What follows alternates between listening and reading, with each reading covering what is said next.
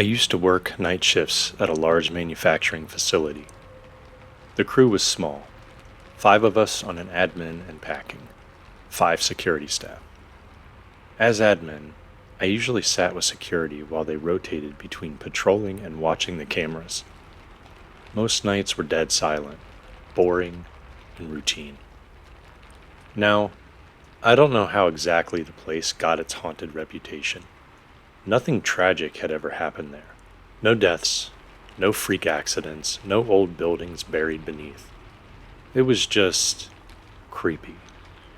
Big, empty, fenced in, and surrounded by woods. At night, it felt cold and abandoned. The motion sensor lights flickered randomly. Every sound echoed. Still, none of us had ever actually experienced anything. Just stories, rumors. That is, until this night. It was close to Halloween, maybe a week or 2 out. I was halfway through my shift and took my lunch break outside. It was chilly, so I stepped out the back door to grab a thicker jacket from my car and have a smoke. The back door faces the fence, about 10 yards away. The only light back there is motion activated, so I kept waving my arms to keep it on. Beyond that small pool of light, just grass and shadows. I was scrolling through videos on my phone when the light timed out and clicked off. I sat in the dark, sipping coffee and finishing my cigarette.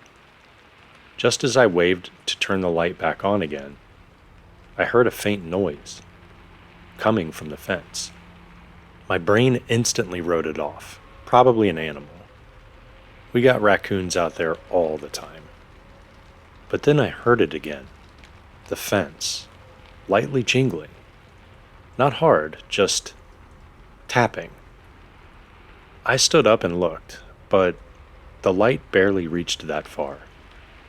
I don't even know why I did it, but I called out, "Hello?" The sound stopped, dead quiet. I squinted into the darkness, trying to adjust. The light flicked off again. Then I heard it, faint jingling, again. Then movement. Someone or something was there. I could barely make out the shape of a person, standing at the fence, fidgeting with the chain links. At first, I figured it was just a teenager. Maybe some local kids trying to scare us. We've had a few sneak into the property before. They'd go ghost hunting, not realizing the building was still active. Usually, we would let it slide, as long as they didn't break anything. But this didn't feel like that. It was just one person, alone, and something about them felt off. I grabbed my walkie and radioed it in.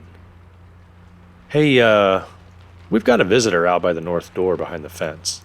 Security radioed back. "We're not seeing any movement. Is it in the tree line?" "Negative," I replied. "They're right in front of me, fiddling with the fence." Everything happened fast. I still had my coffee cup in one hand, cigarette butt in the other. I barely had time to think before it happened. From the shadows, this figure charged at me. I made the most embarrassing choking noise and practically threw myself at the back door. It was close. I knew they'd be on me in seconds. I crushed the coffee cup against the doorknob, trying to force it open. My hand was shaking, trying to get the deadbolt into place. And then I felt it. The doorknob twisting violently against my grip. Something was on the other side, pushing, trying to get in. I slammed my body against the door, locked it, and screamed into the walkie. "Get down here now!" I could already hear footsteps from inside. When they reached me, it was over. The knob stopped moving. Silence again. Back at the office, the security team tried to play it off like it was some Halloween prank. Said I must have been messing with them. That was until we watched the footage. And on that camera feed, there was no one there, just me, alone outside. My heart sank. I couldn't explain it. I know what I saw. I know what I felt. I started wondering, was this some elaborate prank on me? But then we watched the video again. This time, we noticed something. When I backed away from the door, clearly holding the walkie with both hands, the doorknob, it kept turning, aggressively. You could see it on both the inside and outside cameras. And just before I ran, the fence jerked, like it was pushed. There were no cuts in the fence, no way in or out. No flickering shadows, no floating orbs, just me, running for my life. Nothing. Nobody wanted to talk about it. They told me it was the moonlight, my imagination, too much caffeine, a tree branch against the chain link. I didn't argue. I finished my shift, but no one used that back door again that night. It stayed locked. Right before the end of our shift, the most senior security guy, barely ever talked, just cleared his throat and said, "I never really liked the North End. Feels like someone's always watching." That was the most he'd ever said to me in over a year. That stuck with me more than anything else. I didn't quit. I worked there another 7 months until they killed off the night shifts. There was never another incident, but I never went back out there. I quit smoking, took my breaks in the lobby, came up with excuses to stay inside. To this day, I've never had another experience like that, and I don't think it was my imagination. I think about that doorknob, the way it moved on its own while I stood feet away. That was real. No one ever brought it up again. If anyone asked about the old factory, the answer was always the same. Nah, nothing weird ever happened up there. Just a boring building at night. I just smile. Keep my story to myself. But I do wonder, maybe a few others kept their stories quiet too. Maybe, after a few beers, those stories slip out.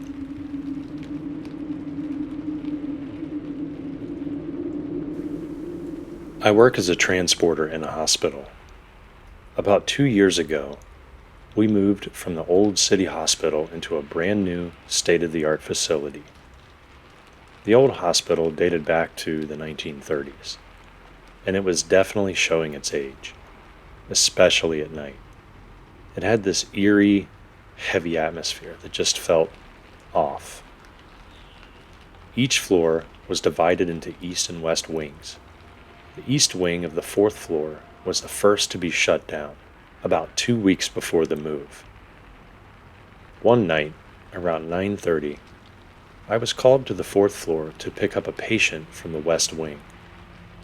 As I stepped off the elevator, I saw a small group of nurses and aides, staff who used to work in the now closed east wing. They looked visibly shaken. I walked over and asked if everything was okay. They told me they'd just taken a walk through their old wing, kind of a nostalgic goodbye. But while they were over there, something strange happened. The phone at the nurse's station rang. Now, the phones and computers in that wing hadn't been moved yet. They were still physically there, but the entire wing had been cleared. No patients, no staff, nothing. Just an empty, dark corridor. Not knowing what else to do, one of the nurses reached over the counter and picked up the phone. She told me there was a woman's voice on the other end. She sounded confused, almost disoriented. Here's the conversation as best as I remember it. Here's what the nurse said. "This is Katie. How can I help you?"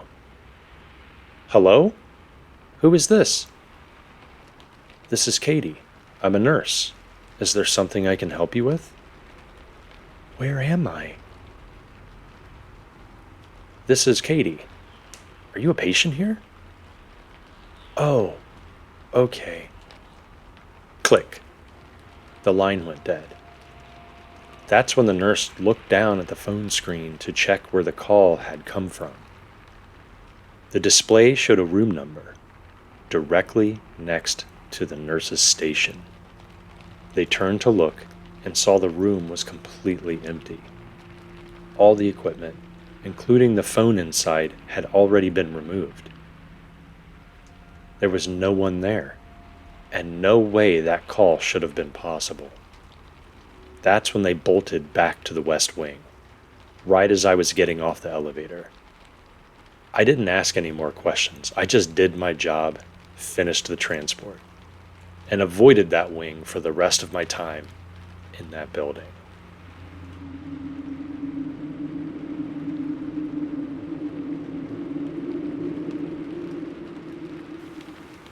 I work at a crisis nursery, a child care facility that provides emergency and respite care for children under the age of 7. It's a pretty intense job, and for a while, I was regularly working the graveyard shift. Now, before I get into this, let me be clear. I'm not a believer in the paranormal. Ghosts, spirits, haunted buildings, not my thing. Never has been. But even I have to admit, when it's 2 in the morning, you're sitting in a dark building with only 2 or 3 other 20-something women, and the only people there besides you are sleeping children, things can get really creepy really fast. So here's the background. The nursery I work in is named after a child who tragically died, beaten to death by one of their parents. The whole reason this place even exists is to prevent something like that from ever happening again. It was created in that child's name, as a safe place. Because of that, there's a story that's been passed around for years, that the spirit of that child still lingers here and tends to be the most active at night. I heard that one of my first overnight shifts, and I'll never forget it. My coworkers gave me this serious face and were like, "Just so you know, the place is haunted." I just laughed, thought it was the classic scare the new girl routine. I wasn't buying it. Later that night, one of the kids got up to use the bathroom. One of my coworkers helped them back to bed, then came back to the break room where we were all sitting. A few minutes later, we hear water running. So we go check it out. And yeah, bathroom sink is on, full blast. My coworker swears she turned it off before leaving. I figured they were just trying to mess with me. You know, plant the seed, let my imagination do the rest. But then they told me something else, and this part has been reported by multiple staff members over the years. Apparently, different kids, at different times, have pointed to empty parts of the room and asked things like, "Why doesn't that kid have to go to bed?" Or, "How come that kid gets to stay up?" Every time, they're pointing at absolutely nothing. I brushed it off. Just kids being kids. Imagination, right? Fast forward a few weeks. I'm doing another overnight shift, sitting in the sleep room. That's the big bedroom where all the kids sleep. And there always has to be an adult present while they're in there. I was by myself, sitting quietly in a corner with a book light, reading. The rest of the room is pitch black, silent. Then, out of nowhere, one of the kids, maybe 4 or 5 years old, bolts upright in bed, eyes wide open. He points toward the wall and says, "Hey, how come they're not asleep? Why do they get to play? I want to play too." There was no one there, just a blank wall. Every other child in the room was fast asleep. Instant chills, like full body, heart stopped chills. I sat there frozen. every hair on my body standing straight up. I honestly almost screamed. After that, I refused to be alone in that room, ever again. Believe what you want. I'm still not sure I believe in ghosts, but I do know what I saw, and I definitely know what I heard. Some things just don't have an easy explanation.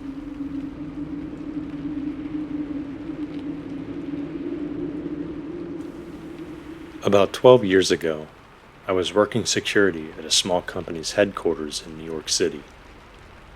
It was supposed to be a routine overnight shift, midnight to 6 a.m.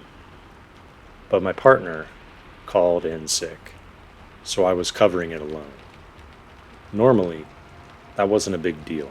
All I had to do was sit in the back room, watch cameras, and do the occasional sweep.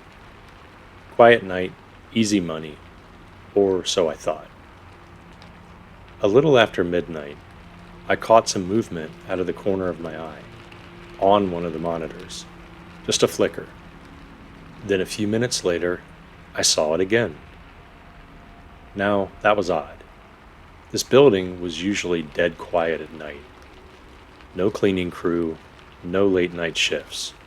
It was just me and the silence. So yeah, I was a little freaked out, but it's my job, right? I grabbed my flashlight and headed out to do a sweep. The first stop was this long hallway, one of those corporate corridors that always feels a little too dark, even when the lights are on. As soon as I stepped into it, I saw a flash of movement at the far end. I froze, just stood there for a solid minute, staring into the semi-darkness, trying to make sense of what I'd seen. And then, bang! A gunshot, echoing down the hallway. I don't know how I didn't bolt right then and there, but somehow I made myself move. Slowly, step by step, I walked down that hallway toward the sound. At the end, I saw light coming from the president's office. The door was closed, but the light was on. I crept up, heart pounding, barely breathing, reached for the handle, and pushed the door open. What I saw inside is something I'll never forget. One of the employees, someone who'd stayed behind after hours and slipped past my coworker's earlier sweep, was sitting in the president's chair. He had taken his own life. I don't remember much after that. I know I threw up. I know I called the police. I know I got 2 weeks off. But the images, the sound of that hallway, that moment at the door, those still come back sometimes. Even now, all these years later, I still have nightmares.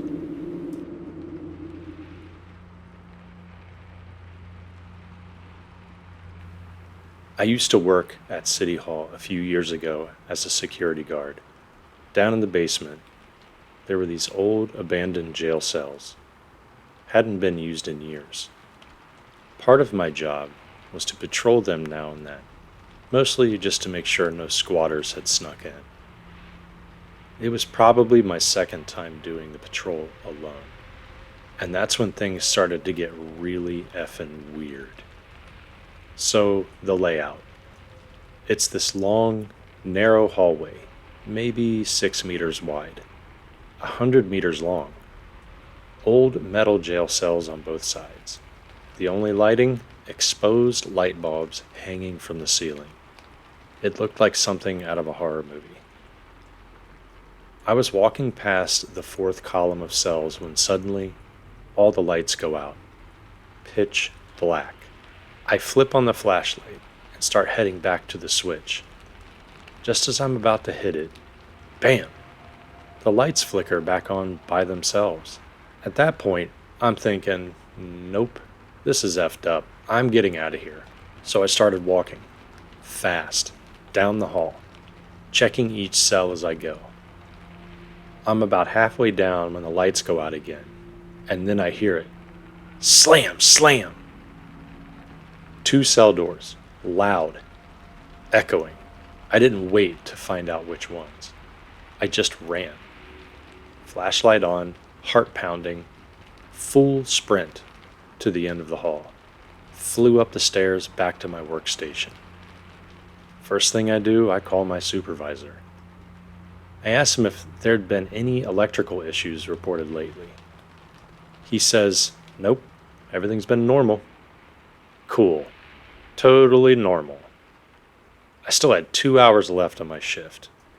Couldn't leave. So I just sat there at my desk, paranoid as hell, practically crapping my pants. Never went back down there again. Not a chance.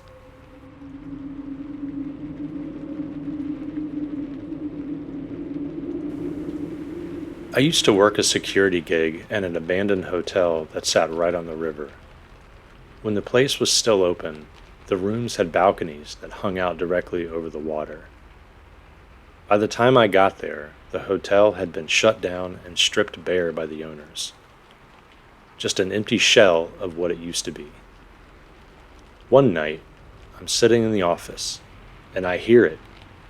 Creak, creak, creak. Like footsteps, from left to right, directly above me. Now, the hotel was all wood frame, and it creaked like an old house when someone walked around. And this sounded exactly like someone pacing the hallway 1 floor up. So I head upstairs to check it out. The hotel only had 4 floors, but each hallway was long, just a narrow corridor with bare walls. No room doors left, only doorways, and a single dim bulb hanging from the ceiling in the middle of the hall. That was it. Total horror movie vibes. And yeah, I've seen enough horror movies to know this could only end badly. But it's my job to keep people out, so I keep walking. About a quarter of the way down the hall, I hear rustling coming from one of the rooms. I stop. I pull out my mag light, one of those heavy-duty 3C cells one, and get ready to swing it if I have to. I slowly peek into the room. And it's just a curtain. The wind coming in off the river was blowing it around. Still, now I'm properly freaked out. I start checking the rest of the floors. Every hallway, every empty room, and I find nothing. But I know someone's in the building. I can feel it. Eventually, I make my way down to the ground floor. I step into the old ballroom, this wide, open space that used to host events, now just echoing and empty. Out of the corner of my eye, I catch movement. I whip around, shine my light, heart racing, and I'm face to face with someone. Only it's me. It was just my reflection in a broken mirror on the wall. That was it.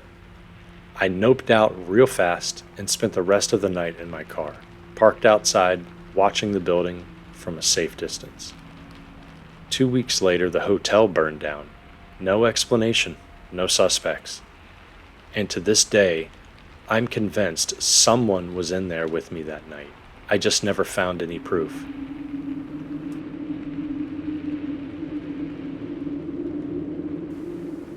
I used to be a doorman and concierge at a condo in Midtown Manhattan. One night, around 2 a.m., I got a call on the desk phone. A man on the other end told me that someone in the building was standing nude in front of their window with the lights on. He was doing all kinds of explicit things to himself. I asked which floor he was seeing this from, and as I got more details, something clicked. The apartment he was describing, it was supposed to be vacant. That's when I started getting nervous. I was only 19 at the time, and my mind went to every possible bad scenario. Some squatter, or worse, a dangerous intruder. I grabbed my pocket knife. Instead of taking the elevator and making noise, I took the emergency stairs, 3 floors up to where the unit was. I remember noticing that the elevator hadn't moved. It was still sitting at the lobby where I left it. Quietly, I approached the apartment door. I gently tested the knob. Locked. Then I slowly slid in the master key, careful not to make a sound. I opened the door, and inside it was dark, except for one room. The same room the caller had mentioned. Its door was shut, but there was a soft glow of light coming from underneath it. My heart was pounding. I had to mentally ground myself. This is the real world. There's no way whoever's in there knows I'm coming. Still, I kicked off my shoes so I wouldn't make a sound on the hardwood floors. Now I'm walking, in just my socks, holding my shoes in one hand and a tiny pocket knife in the other. The closer I got to the bedroom, the more I noticed. The floor was wet, like someone had just stepped out of the shower. Someone was definitely here.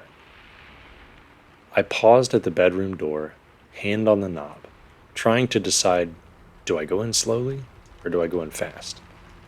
I chose fast. I burst in. Nothing. Empty room. I scanned the whole place, checked the closet, under the bed, nothing.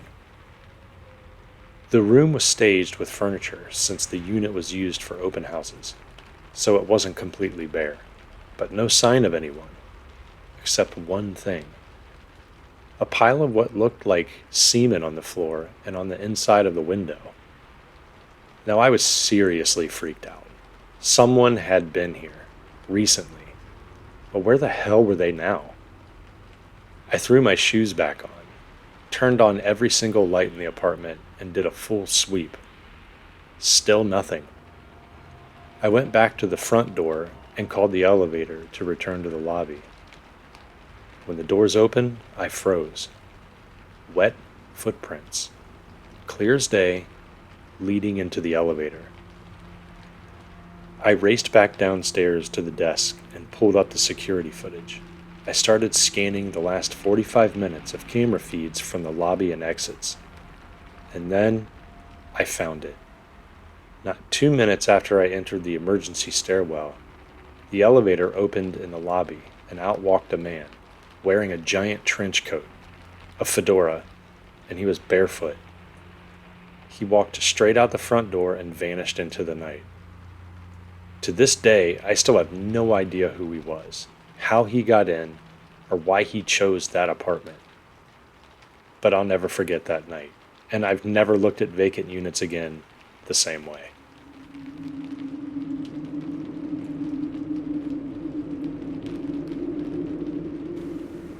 I used to work at a pub about 2 miles from my house. One night, my shift ended around 11, and I stayed after for a couple of drinks before starting to walk home. It had been an exceptional night for tips. I had close to $400 in cash on me. Now, between the pub and my house, there was exactly one street light, about a quarter mile from the pub. The rest of the walk, complete darkness. And I mean dark. It was near the new moon, and sky was overcast, and I live out in the boonies. No street lights, no houses, no light pollution, just pitch black. Not long after I leave, a car slowly drives past me. I think nothing of it at first, until it gets about a quarter mile ahead, slows to stop, and just sits there. I stop walking, just stand there, watching it.